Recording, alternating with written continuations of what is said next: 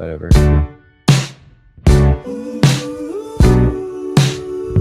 It's a Bitcoin podcast.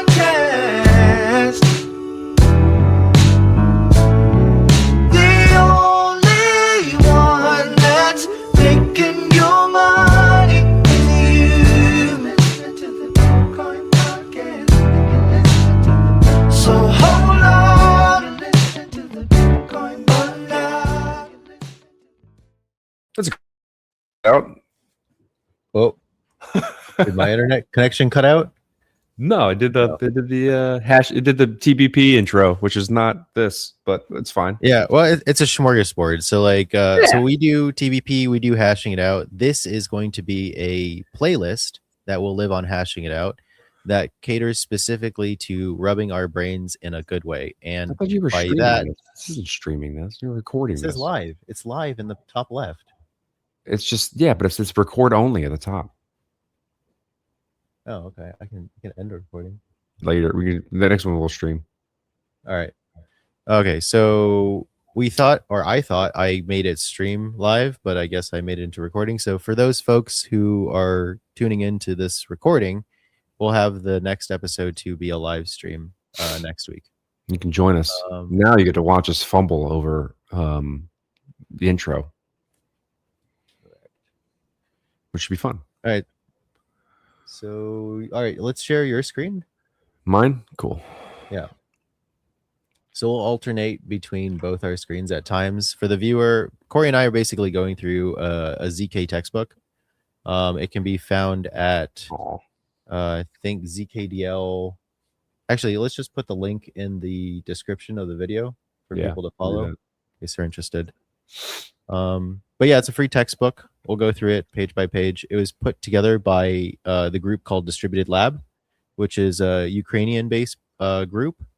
I'll go through the abstract. I'll just read it. So due to the rise of zero-knowledge technologies and their applications in various fields such as blockchain or anonymous identity management, it is essential to develop a comprehensive understanding of the underlying mechanisms. However, the existing resources on the topic are either too high level or too low level, making it hard for regular practicing engineers to understand the practical implications of zero-knowledge protocols. This book aims to bridge this gap by providing a complete practical guide to the state-of-the-art techniques in zero-knowledge cryptography, such as, I think that's such as some protocols. I think they're referencing checksum type stuff. In terms of construction, ZK snarks, ROS16 in particular, Plonk, and more. We gathered all the necessary information in one place and try to make it easy to follow with numerous examples and code snippets. We attach exercises to each chapter to help you understand the material better. Despite the book's practical focus, we preserve the mathematical rigor where suitable and necessary. So shout out to Distributed Lab. Thank you guys for putting this book together. I personally struggled a lot with trying to pull together many different resources a few years ago, and I had a lot of false starts, but hopefully this is the one that we'll take.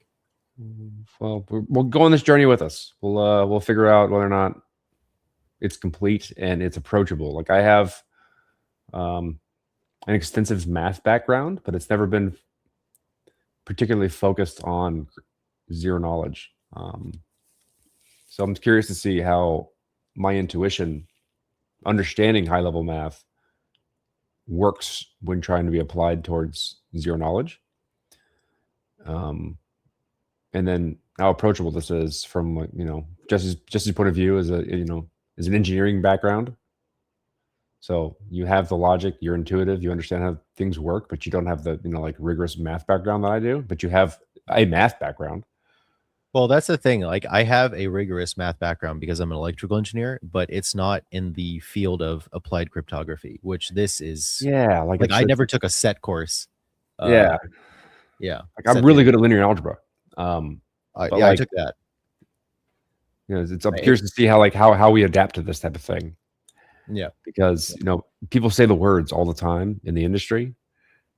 And how approachable is it, right? Is like, and also, like, how good is this course? Because that's two different things. So let's see. Moving through. I don't know if you want to skin the content section, just kind of. There's a lot here. We're gonna go through. Like, there's 300 pages of this, and we were saying this earlier. Like, our goal is to get through 10 pages an episode. Yeah. So that means that we pre-read 10 pages so that we come into this not completely blind, so that the listener, is just struggling to be focused because we're so slow in understanding things. And then also between us, in terms of when we talk about concepts, we're not trying to teach each other concepts. Hopefully, it's more so trying to solidify our understanding so we can get to the practice examples as fast as possible. Let's see. Huge preface. I don't think we need to go through the preface. People can read that. What is this book for?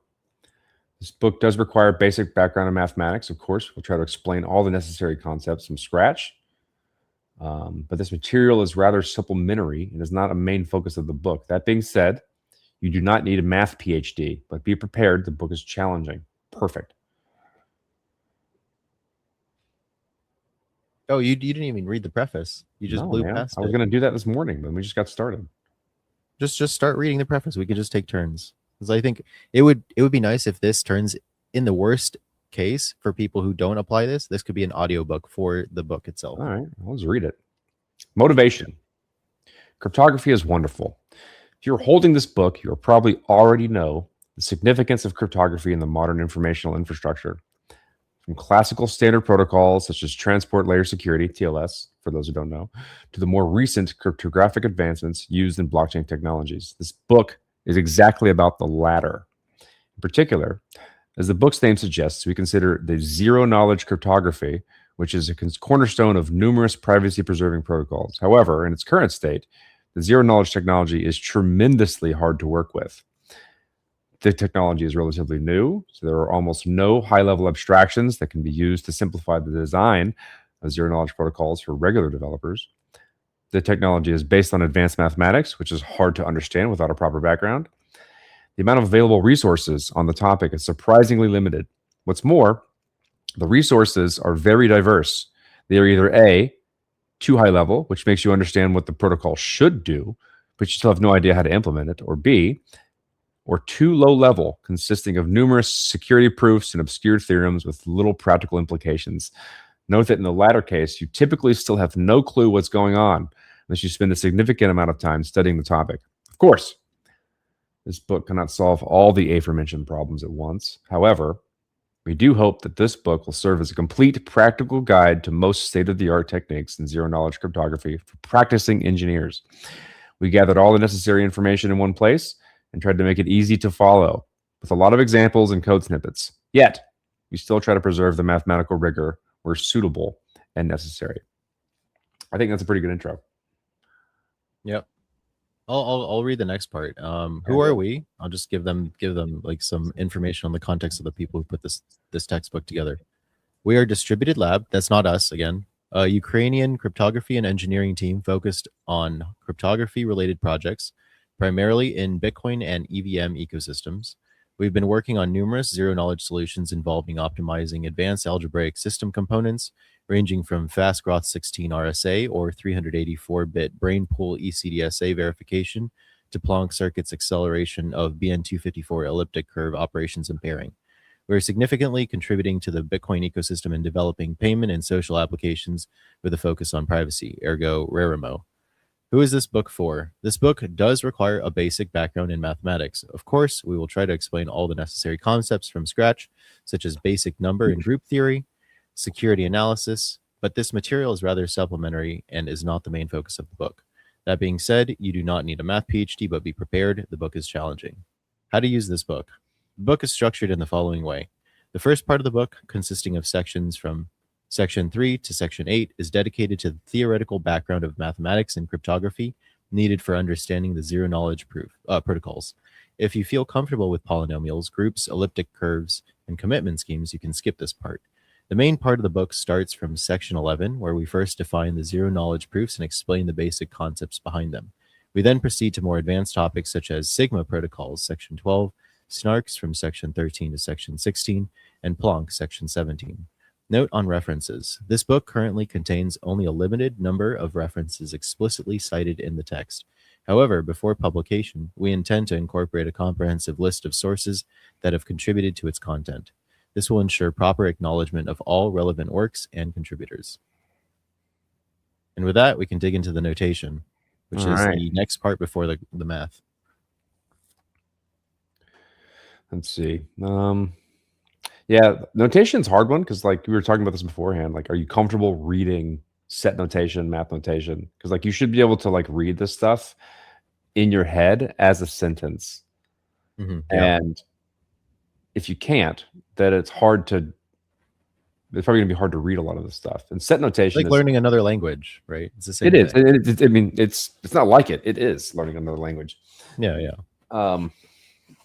And I think set notation is really interesting because it's useful across the board for developers, like because you have to work with databases more often than not. And so like joining unions, all these things that you're doing with like reading this type of stuff is useful for just abstract thinking about how to merge different data sets together, or like what's inside what's not. So it's useful. Let's see. Set is a well-defined collection of objects. So set theory is like one of the most foundational things to understand in like all of mathematics. The objects that belong to a set are called its elements. We will denote sets by capital letters. If A is an element of the set A, we write A exists inside of A, capital A. Let's enumerate some fundamental sets. N is the set of natural numbers. Z is the set of integers. Q is a set of rational numbers. R, set of real numbers. Do you know the difference between rational and real numbers? Rational numbers includes positive and negative. So it's rational like numbers are ratios. So it's a ratio of integers defined by a ratio, meaning like a fraction. So I have in my notes, because I pre-read a little bit of this and I took notes. And so like for me, like when I'm studying a topic, just this is me personally, maybe other people have different ways in which they put information in their brain. But like going through the electrical engineering stuff and going through pre-med stuff, like I like to write things in my own words, and I need like the physical mechanical, like my hand is moving on the paper. In this case, it's a tablet. And so what I wrote for myself in this context, when I look at the definition of Q as a set of rational numbers, I see it's showing it as a proportion of n over m, where n exists within z, and z they described as a set of integers. So that means positive and negative whole numbers. Here, I got your screen pulled up. Okay. Go to your notes. Oh, I do have it pulled up, don't I?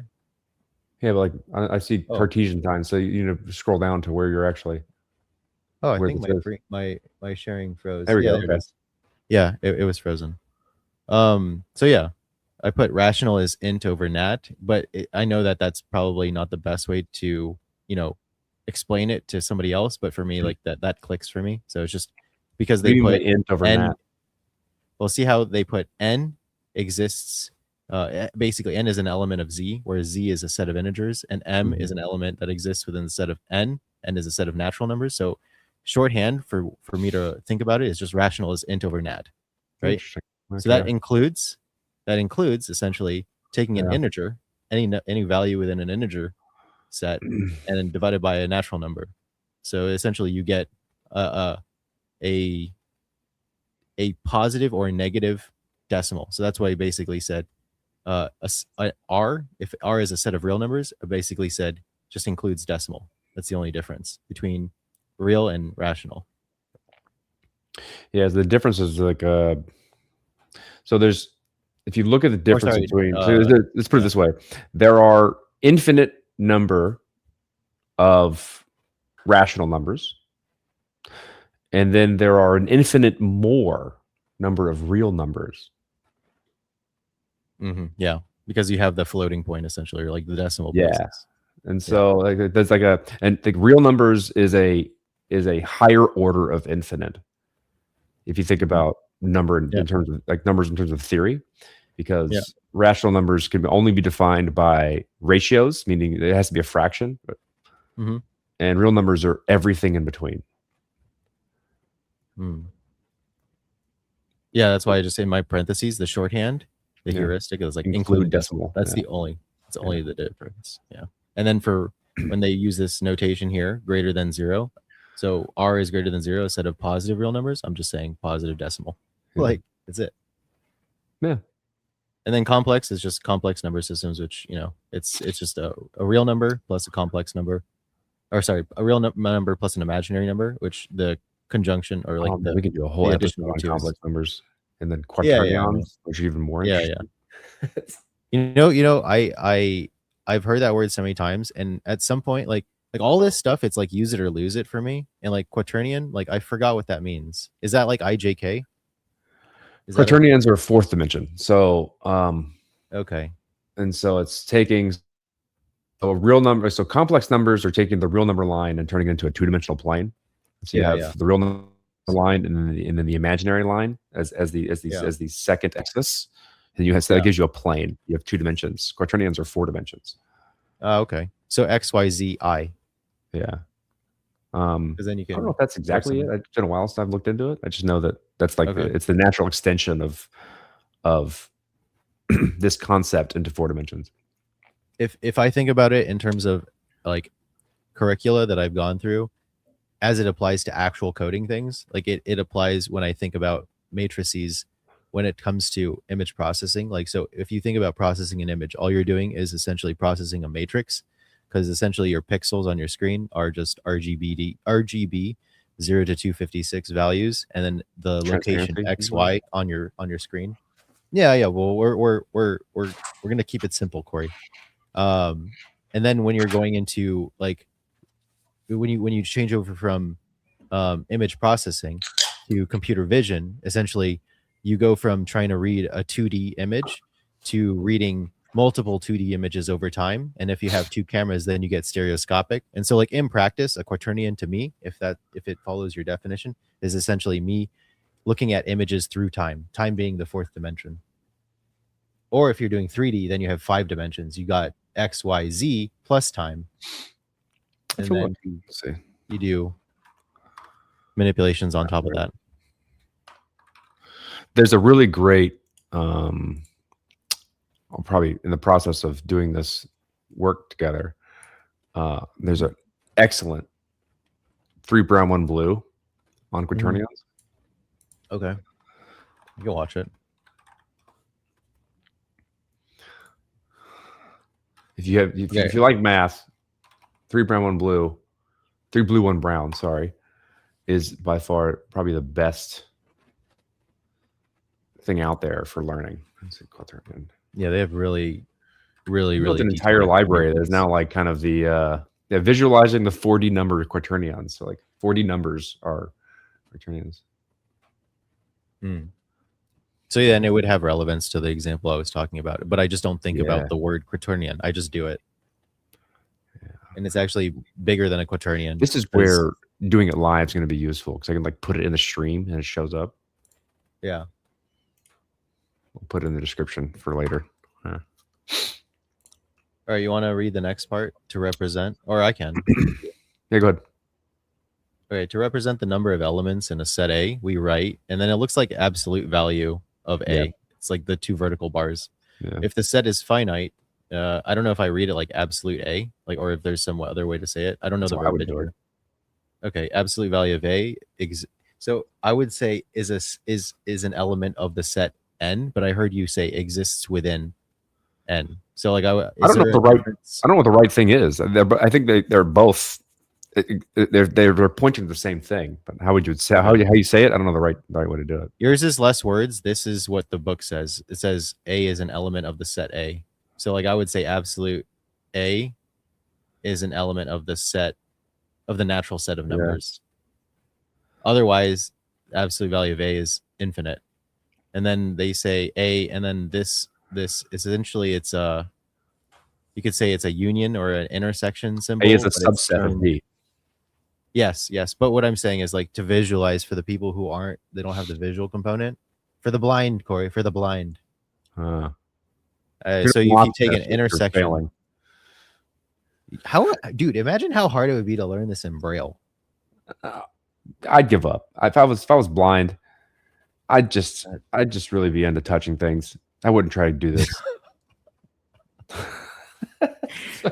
So Corey's right. This reads A is a subset of B, but for the blind people, if you are trying to learn this, I would say it's you could say it's an intersection symbol turned to the right 90 degrees. If you know what an intersection symbol is, which is an upside down U. if you don't know what a U is, I don't know how to help you.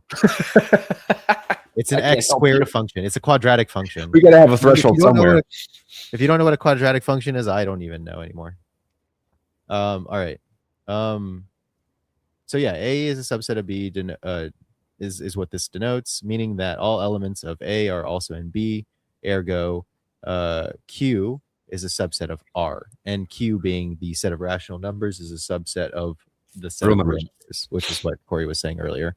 Yeah. In terms of R being a larger infinite than Q. So A, Well, I think maybe well, like a nice way to put it for engineers is like A is a slice of B. okay. I mean, I'm an engineer. I understand it. It's fine. Yeah.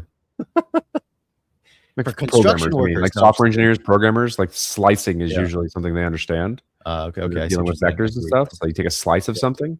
Yeah. That makes sense. I get where you're going. All right. Why don't you read the next part? The A intersection B. Yeah. So, how do you even It's say the last that? paragraph. A A upside B. down U B. Oh, okay. The symbol. I'm going to say the symbol. It means the intersection of A and B. So A intersects Yeah. with B. It's a set of elements belonging to both A and B.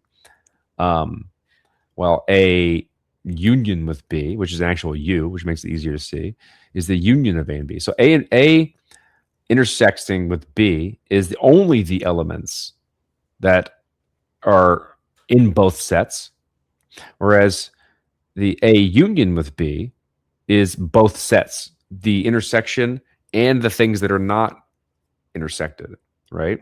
It is all of the elements within A and B, including the ones that are combined. You can give the blind the visual diagram of the Venn diagrams, like two. Yeah, so if you look at the Venn circles. diagrams, the A intersection is two circles overlapping, and the only part that's actually colored is the part in which they overlap. Yep. And the A union with B is both circles, all of it's covered, including the overlapping and the parts that aren't overlapped. Let's see. A slash B denotes the set difference, meaning the set of elements belonging to A but not B. So if you do A slash B, it's only this section. It's only the elements that are in, if you look at the Venn diagram, only the elements in both that are in A but not in B, meaning that the overlapping part is also not colored. It's only this section that is A but not B. And then a bar denotes the complement of A, which is a set of elements not belonging to A, which is going to be just B,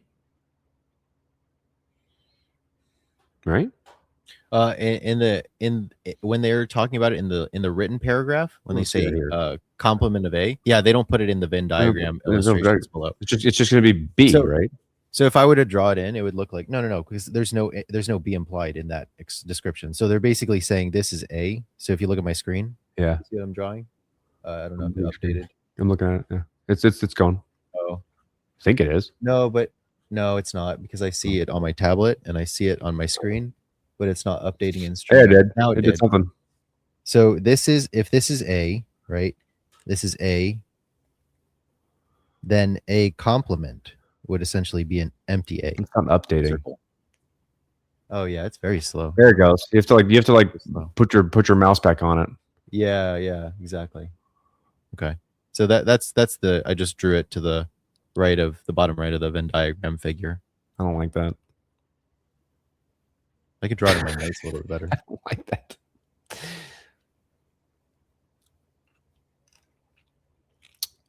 There, but it doesn't belong in that section of my notes. So I'm going to delete it after it updates in Yard. I don't know why it's not. Yeah, real time. There we go. As you may have noticed, to define the set, we typically write this. Function of A is the phi of A. Phi? You say phi or phi? I've always said phi. I think it's phi. No. Okay. Function of A is some function, and phi of A is a predicate function inputting A, returning true false of a certain condition on A is met. For example, x cubed is x which exists in the real numbers. X squared equals 4 is a set of values x cubed, which are the real solutions to equations x squared equals They're 4. basically writing out how you say it, by the way, right It's quite after they write easy the to formula. see that this set is simply 2 cubed minus 2 cubed equals 8 and minus 8.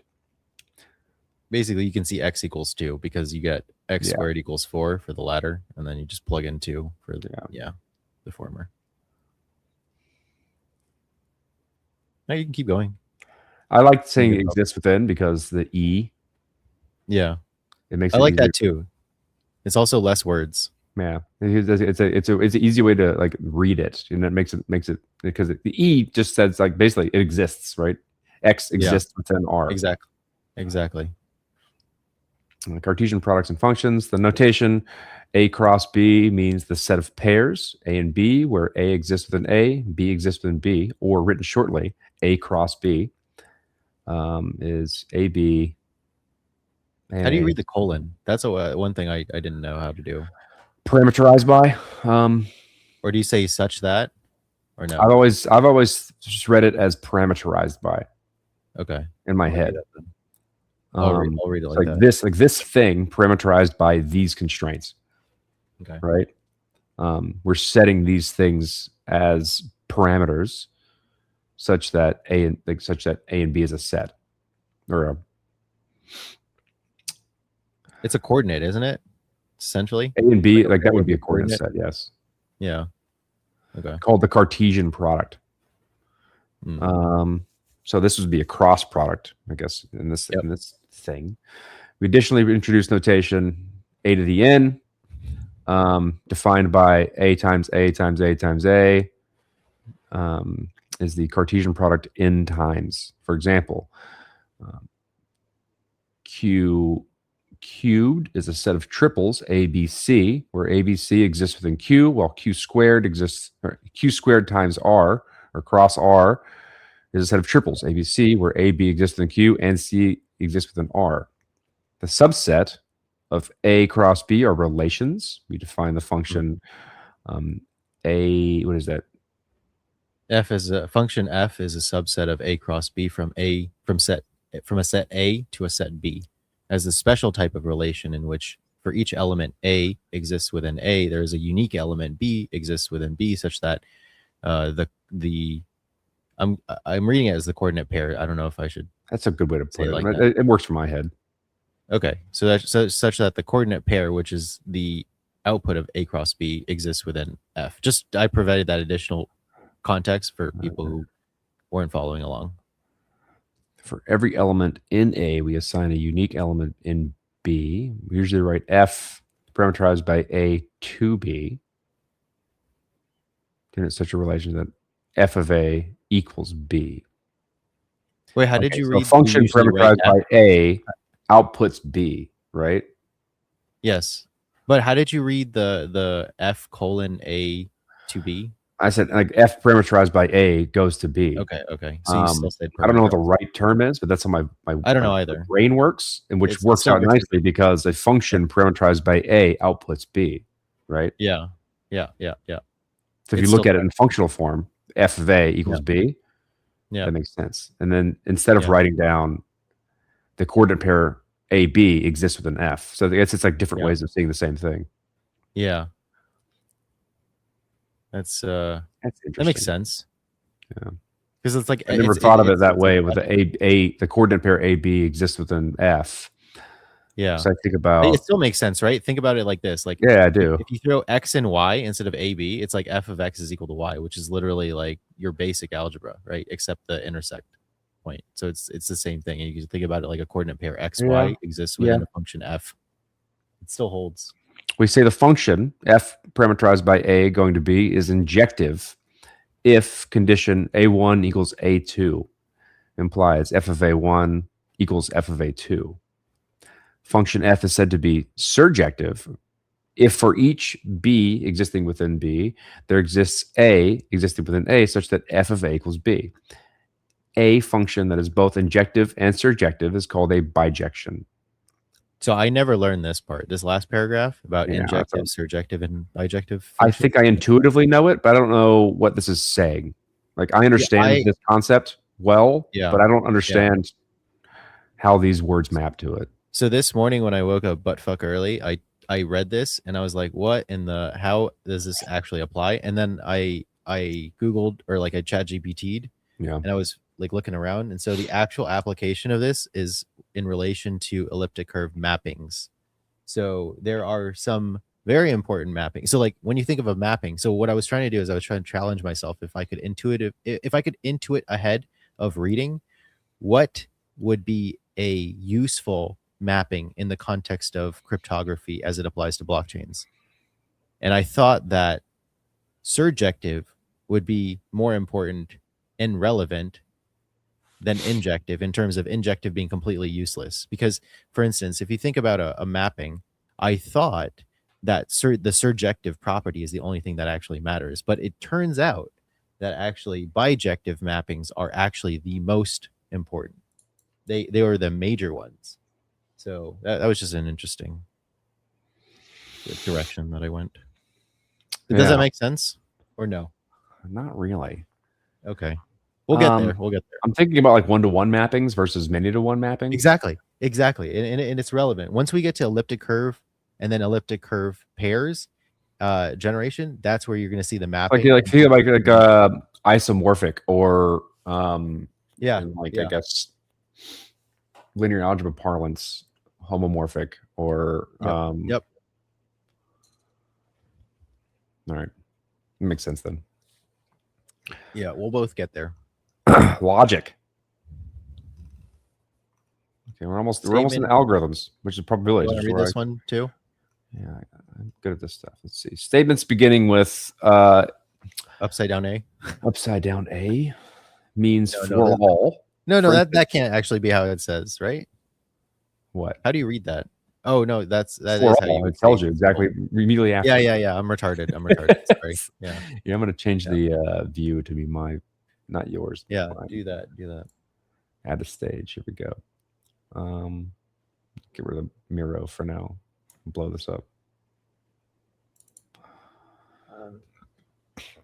All right. So statements beginning with upside down A means for all.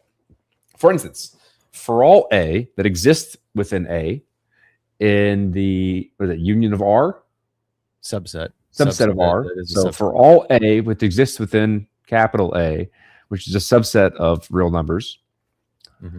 So they're about to constrain a subset of A one that is read as for any A in the set of A, which is a subset of real numbers, it is true that A is less than 1.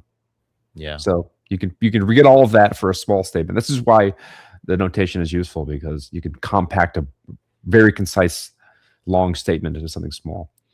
Yep. One more shortly, any real A from A is less than 1. Statements beginning from backwards E means that there exists such. Let's consider the following example. There exists such an epsilon that's greater than 0, that for all A that exists within A is greater than epsilon. Is read as, hopefully I just read that correctly. Let's see. There exists such a positive epsilon such that for any element A from capital A is greater than epsilon. From A, we read it as exists with an A. Yeah, nice. Too. Yeah. Okay, from A, whatever. Exist. I still like exist. It works well in my head. Yeah, same. I don't like. Or more concisely, there exists a positive constant epsilon such that any element from A is greater than epsilon. Great. Yeah. Statement beginning from backwards E exclamation point means there exists a unique. For example, there exists a unique X existing within R that's greater than 0, such that X squared equals 4 is read. There exists unique positive real X such that, there you go. So what they're doing is they're restricting it to +2 rather than -2. Yeah.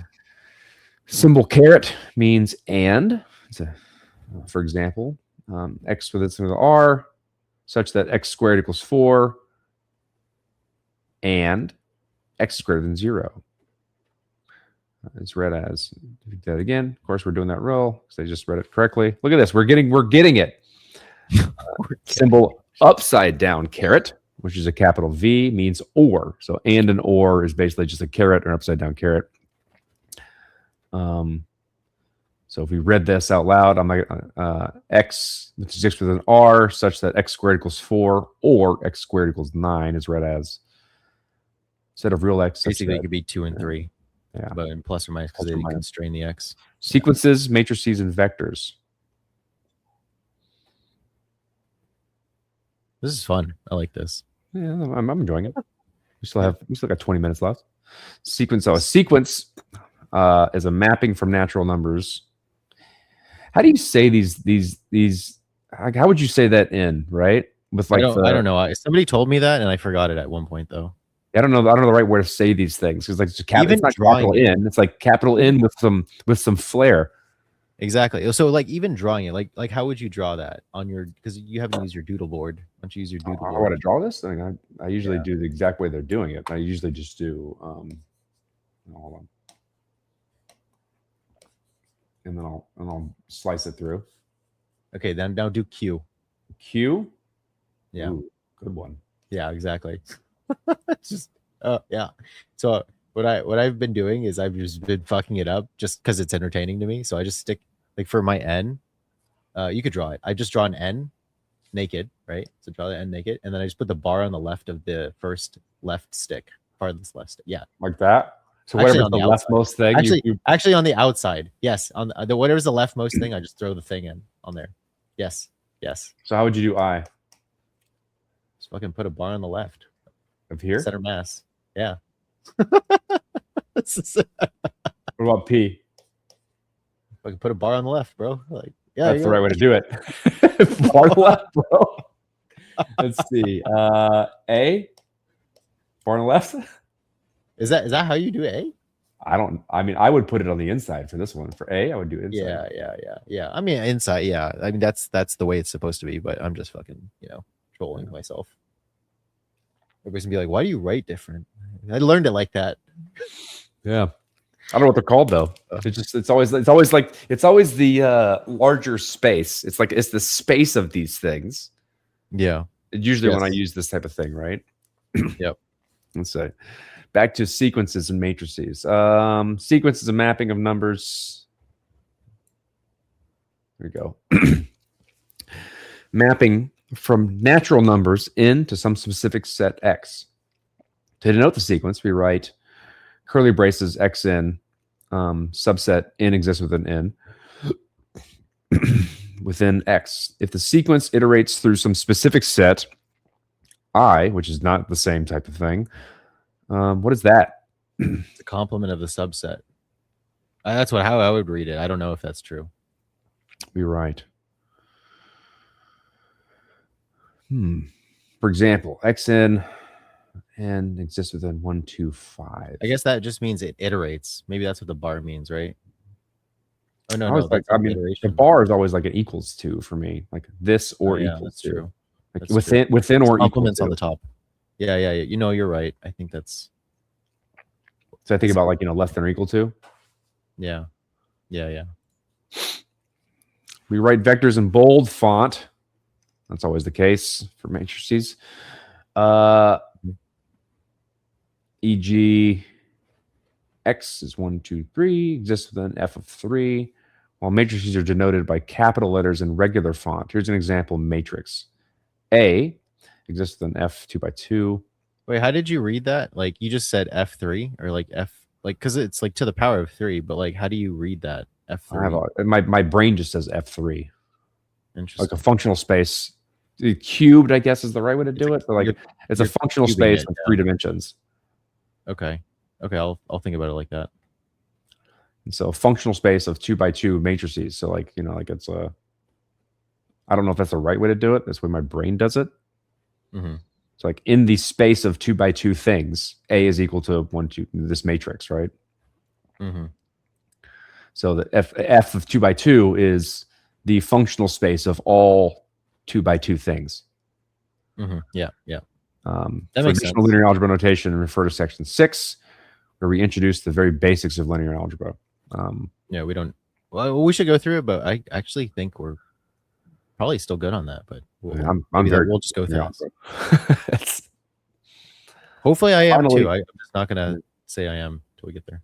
Quantum mechanics beat me to death with this stuff. So Oh, nice. finally, we denote the set 0 ellipses to n-1 for n with existing within the natural numbers by square brackets n. This notation is used very extensively in the book, so make sure to remember it. For example, instead of writing the sum of k equals 0 to n-1 of k, we sometimes write, why is that better? That looks worse. It looks way worse. I like the left one versus the right one. I like the left one a lot better. Oh. K exists within the square braces of n of k equals n times n-1 over 2. Like that looks way worse. That looks. It's more squiggles. You have to write more. Your wrist is going to hurt more. It's even less clear. Whatever. Or Yeah, it is less instead of clear. specifying in conditions z1 equals f of x0, z2 x f1, explicitly say, now that's better. We simply say x or z to the I plus 1 equals f of xi for all I within the square of n. Let's Wait, but it's not 2 though. It's a sub. It's like below, right? Let's break that one down. That one's more useful, I think, than the previous one. The previous one sucks. That's stupid. Let's see. So we say, let's put these together. So z1 equals f of x0. z2 equals f of x1. Oops. Dot. To f of z, or sorry, zn equals f of x of n-1. Explicitly, this is equal to z of I plus 1 equals of f of xi. That's fine. That makes reasonable sense. So you think about like Python. Oops. No, What? my network took a shit. Those are sequences, which just makes sense to me. After you write it out, it's a reasonable sequence. Yeah. So I was saying before my network Oh, shit. yeah, for all I. So what is for all? For all I. What is the term for all? The E, the backwards symbol? E. Oh, right? the E? Is it? Backwards Or E? no, I'm wrong. I don't know. Let me look up. I don't know. I forgot the C. What the term is. No, sorry. The upside down A. Upside down A. Oh, I'm bad. Ah, that's right. Upside down A. Yeah. We should know this. For all. Yeah, that one. I've seen that so many times. I, which exists within n. So in terms of like programming, like it's essentially a while loop where your stop point is n, right? And I is your incrementer. A for loop. Sure. For loop actually is for loop's better. You could change it to a conditional too, conditional while. But yeah, same thing. All right. Which one executes better actually? A for loop, right? It depends on the language, right? Yeah, I think a for loop would execute better. My intuition says a for loop because it's more specified. While loops can continue indefinitely. If I don't have an intuition about that. Think about most of the time, a lot of people will use a while loop just to keep something going for a long period of time until you meet some condition. Yeah. If you don't do that correctly, then you just continue going forever.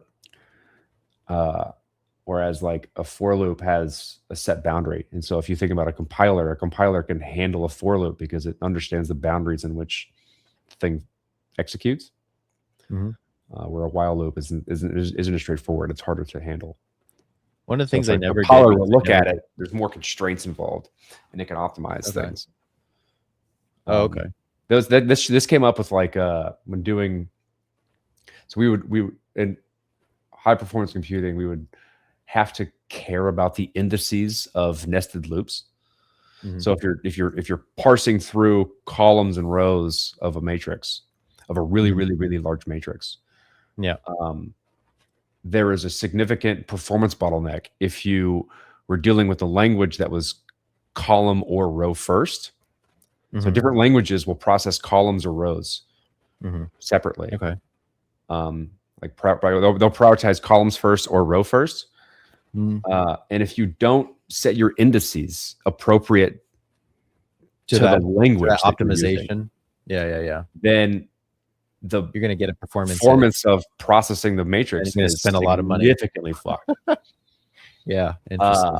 So if you're a column or row major sets is a significant performance bottleneck on what you're doing. And so in some cases, and so if you happen to have a logic statement in your nested loop, then the compiler can't optimize. So if it's just math, there's no if statement somewhere in the nested loop, the compiler can handle it for you. It'll switch the indices for you, depending upon whether or not it's column or row major. And so you don't have to care. But if you put an if statement in the middle of it, the compiler can no longer do that.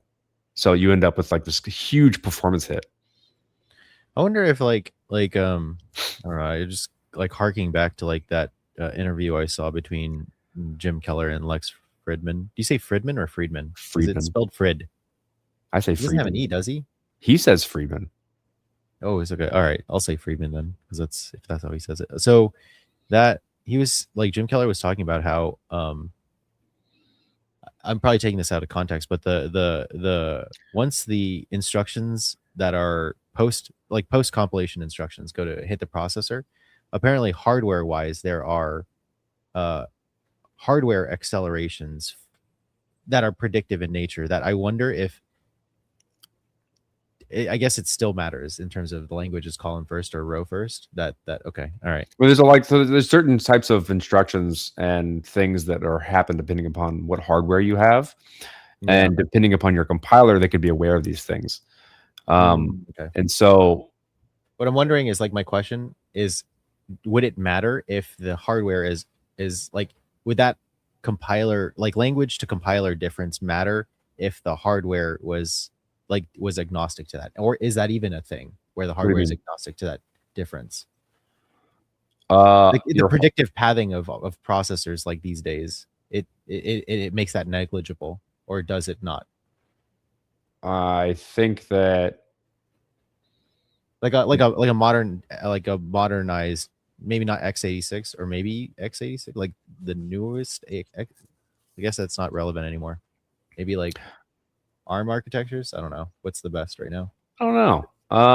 I think the compiler should understand what capabilities the processor has.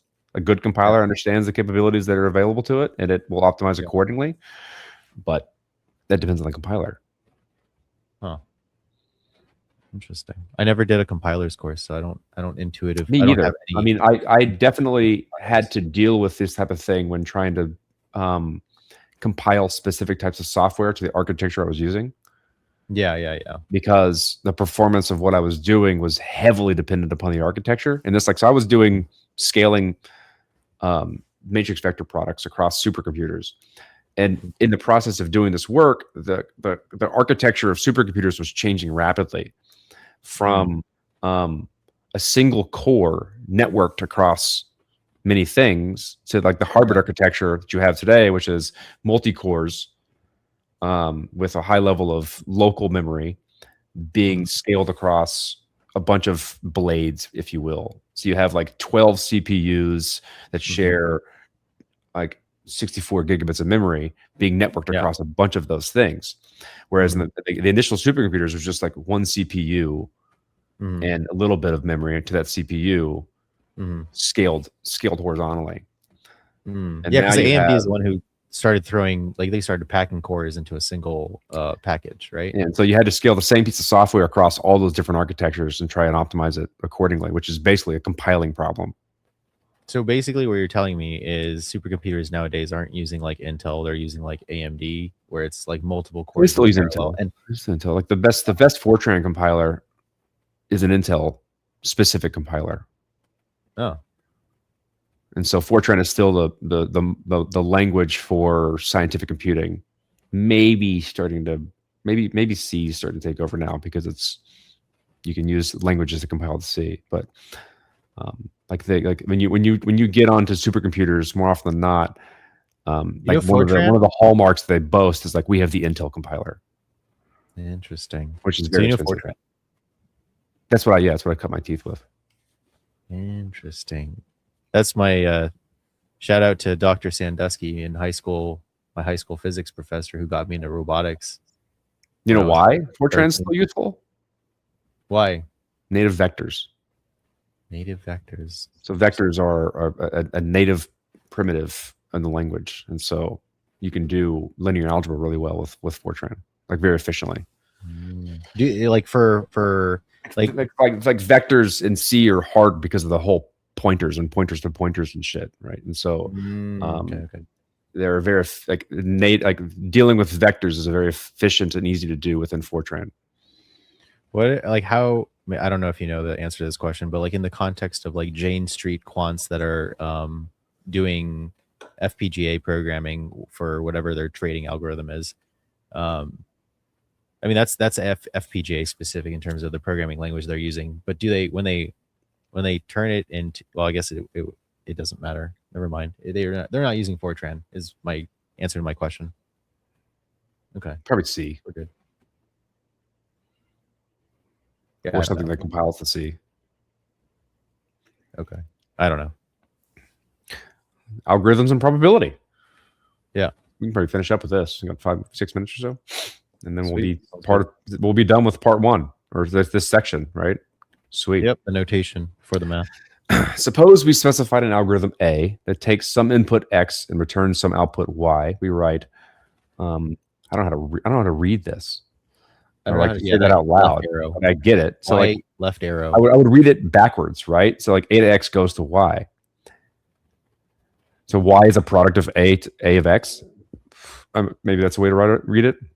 To denote the algorithm A is executed on input X and returns output Y. We can provide feedback, by the way. We can say, hey, you guys didn't provide this, the verbiage for this. I mean, they're saying the notation, but like, how do you say it out loud? Like everyone who's reading this says the words in their head, right? As we're doing it out loud. So if you're right, I would say Y is the output of A times X, A of X.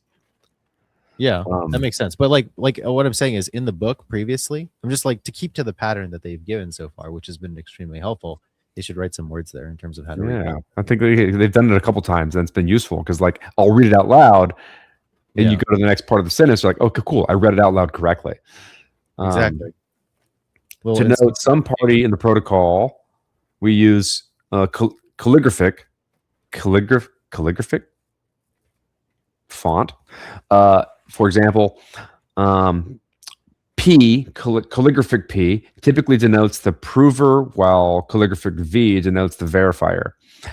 Such parties are algorithms themselves, so we can easily write Y is the output of calligraphic P of X to denote that the prover, based on X, has outputted Y.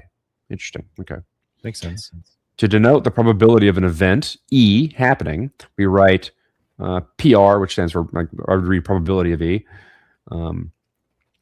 For example, if E is an event of rolling a dice and getting the number 4, then the probability of E is equal to 1 to 6. So, the probability of some event is equal to 1 to 6 if you're talking about a piece of dice which has 6 sides. To note the random sampling from a finite set of X, we write X is the product of number symbol. Wait. Oh, okay, I'll just let you go. X is the product number symbol X. For example, X product number symbol 1, 2, 3, 4, 5, 6 denotes the random sampling of X from a set of 1, 2, 3, 4, 5, 6. So, okay, so when you have a number, a money symbol in the product of, it denotes a random sampling from a set. Interesting. Okay. So ChatGPT, the first line or the second sentence of that first paragraph of under algorithms and probabilities and alternatives to reading the y left arrow a of x, which they're saying is to denote that the algorithm A is executed on input X and returns output Y. The shorthand of saying that is Y gets A of X, or set Y to A of X, or assign Y the value of A of X. Just so you have those in your back pocket in case those rub your brain right. I've never seen that denotion before with the money symbol. Me neither. That's concise. To denote the probability of both E and F happening, we write probability of E comma F, as opposed to, E intersection of F. To denote the conditional probability, we write probability of E given F. That's how I usually write that, or E parameterized by F. Those are both. I think those are interchangeable. E given F,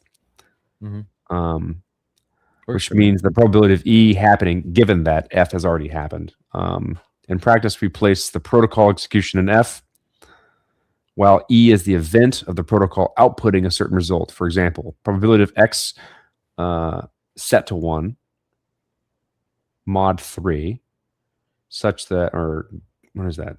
Parameterized by X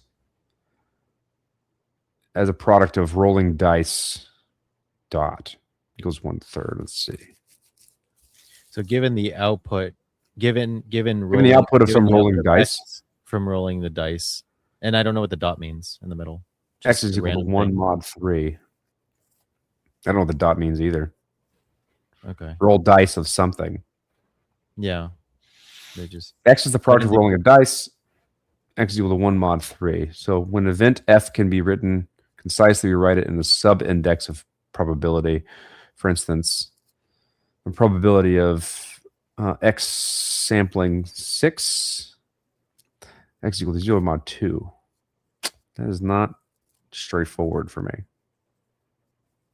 I have to think we might get it over the course of reading into these things. Like, yeah, homework. Read it until it clicks. Yeah. All right. X is equal to Z. X is set to 0 mod 2. Is that how you read the 3 bars? I was tuning in and out. So when I think about like triple equals or congruent, that's like congruency, I thought. Or like, yeah, I don't know the math term. I always think about the triple equals as something that I do in like JavaScript when you're like explicitly setting something as opposed to like an expression. Oh yeah, you do read it with congruent. So the probability that X is congruent to 1 modulo 3. That's how you read PR. What is 0 mod 2? 0 mod 2 is 0. Yeah, but like it says equals 1/2. Yeah, that's that. So like if X, so that means like the probability of rolling a 0. Wait, what the fuck? Yeah, it doesn't make sense, man. What? Like, okay, hold on. So basically, the output is supposed to be 50%, right? So if you think about a dice roll, a dice is six faces, right? So essentially, that what's in the square brackets essentially means it's describing half of the 6 faces of the dice, right? Now I don't understand the math notation, but I like that's intuitive. Why 0? I don't understand the 0. I don't know that either. We can. I'm chat GPTing. All right, anyone who watches this, please leave a comment on this one. If you can explain this last statement to us, it would be very helpful. I don't want to use chat GPT. I want someone to tell me. And then we'll pick up part 1, mathematics crash course, on the next episode. Yep, sounds good. Next week. That was fun. That was fun. In recording.